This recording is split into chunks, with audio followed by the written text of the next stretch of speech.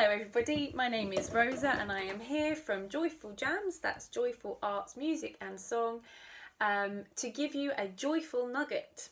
So I'm one of the directors and I'm also a dance movement psychotherapist, and today's nugget is all about a warm-up. So this video is for anybody interested in working with or who already works with somebody living with dementia. You might be a activities coordinator, a support worker, you might be an artist that's going in to work with somebody living with dementia. You could have a friend or family member who's living with dementia that you would like to come in and work with creatively. Again, we're going to be taking into consideration that we are in July 2020 in filming, so we are still within the global pandemic, and we just need to be really mindful when working with people with dementia. Again, they tend to be older when we're going into residential homes, about COVID and everything that comes with it. For more information on how we come into a space, we have our first two Joyful Jams nuggets, so please do watch them. And yeah, so today we're going to be thinking about warm-up. Again, Joyful Jams tends to go into a residential care home and work with a group of people. We think probably now it's going to be more like one-to-one sessions, again, so that we can just minimise risk for the older population. And we tend to just see where that person or people are at. We are a person-centred company, and we're not just going to go in and be like, right, today's warm-up is going to be really fast and furious and get the heart rate going. That's great, and that has a place, and we will look at that as part of our joyful nuggets. However, if everybody just needs to be calm, we're going to have a calm warm-up and we're going to have a calm session. So just give yourself time to tap in with how you're feeling and how the resident is feeling. Working one-to-one is great because we can actually really gauge that one person and where they're at. So in the first nugget that I made, I talked a lot about self massage. So please do look at that, because I would advise that's a really nice way to start warming up the body with your resident. Another thing that you might want to do is just a really simple mobilization of joints. So what I mean by that is working with how a joint should work. So if it's a rolling joint, we roll the joint, or we could open and close. And so that we're making sure we are getting all of the joints, again, hip joint here, we could work with our head all the way down to our ankles. We could turn our ankles. And again, this gives you time to assess how that person is feeling today physically, what are their physical capabilities, and how are they feeling. It might be that all you're getting is this at first. And then by asking this person to move their joints, you get a little bit more eye contact. They're starting to be slightly more aware of their body, and perhaps you end up with a more open frame to work with your resident. Perhaps you don't, perhaps you need to just come in and work with how you're finding the body, how you're finding somebody emotionally. But yeah, it gives you a really nice way to assess that person. Put some music on, maybe a track that they like, and just work your way through the body parts, spending a little bit of time on each body part. Another thing you can do is use what you have. So most of the time we start on chairs. Sometimes chairs have arms, sometimes they don't. Mine doesn't today, but I am seated because a lot of our sessions are seated.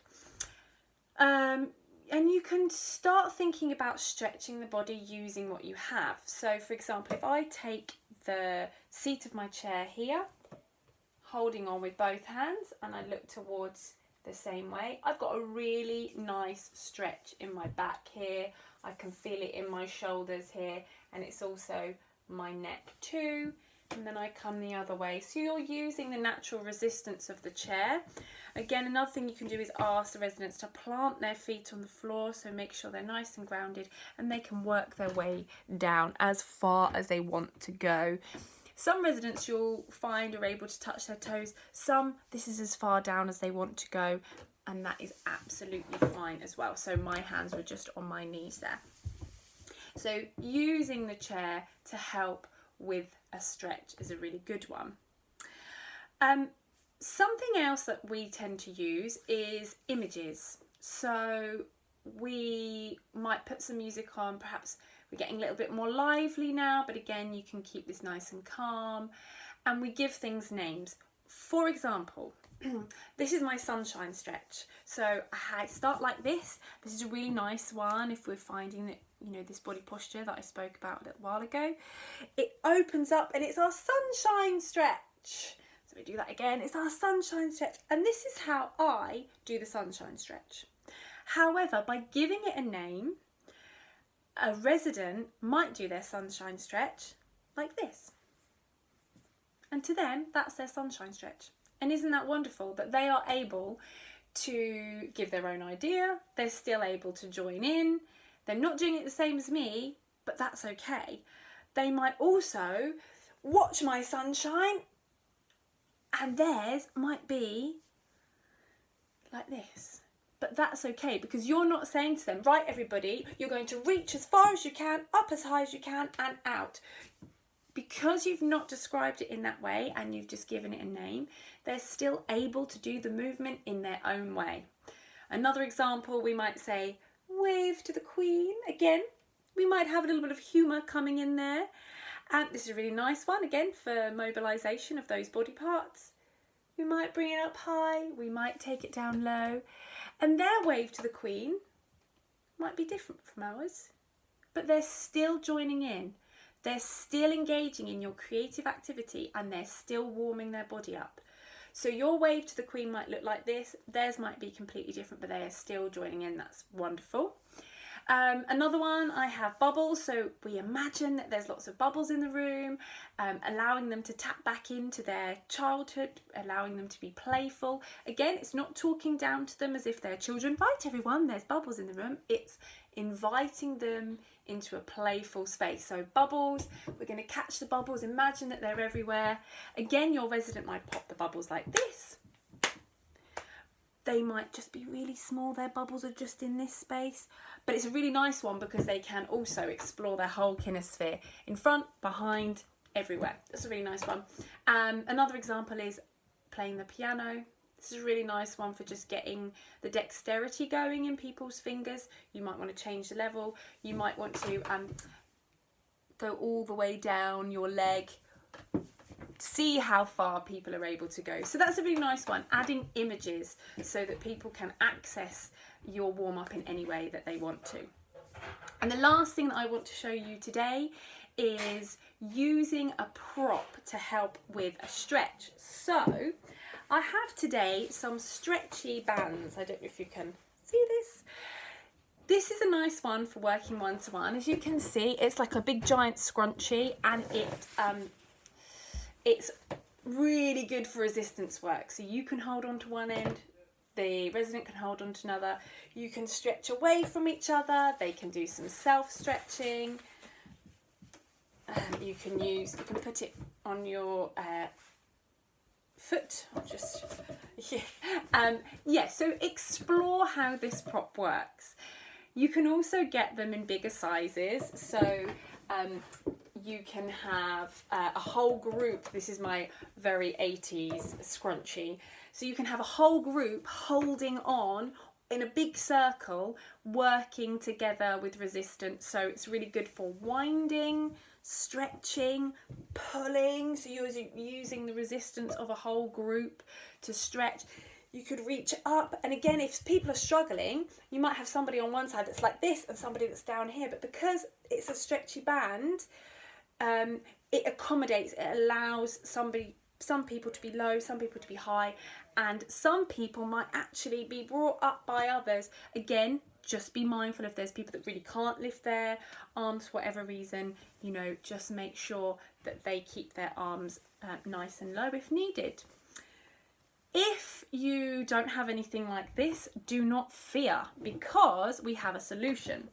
So I just thought I'd show you as well.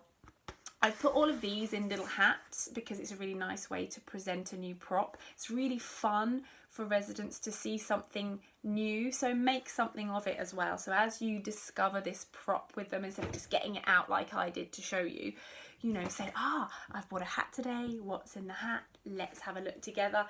And here is my wonderful example of a scrunchie made out of tights. So it's still giving you the same resistance. You can still work with it in the same way, but you don't have to go and buy a scrunchie, so it's really good. And people will laugh about it. They'll say, I've got a spare pair of tights you could have made. It could have helped make your scrunchie band. And you can also make something similar.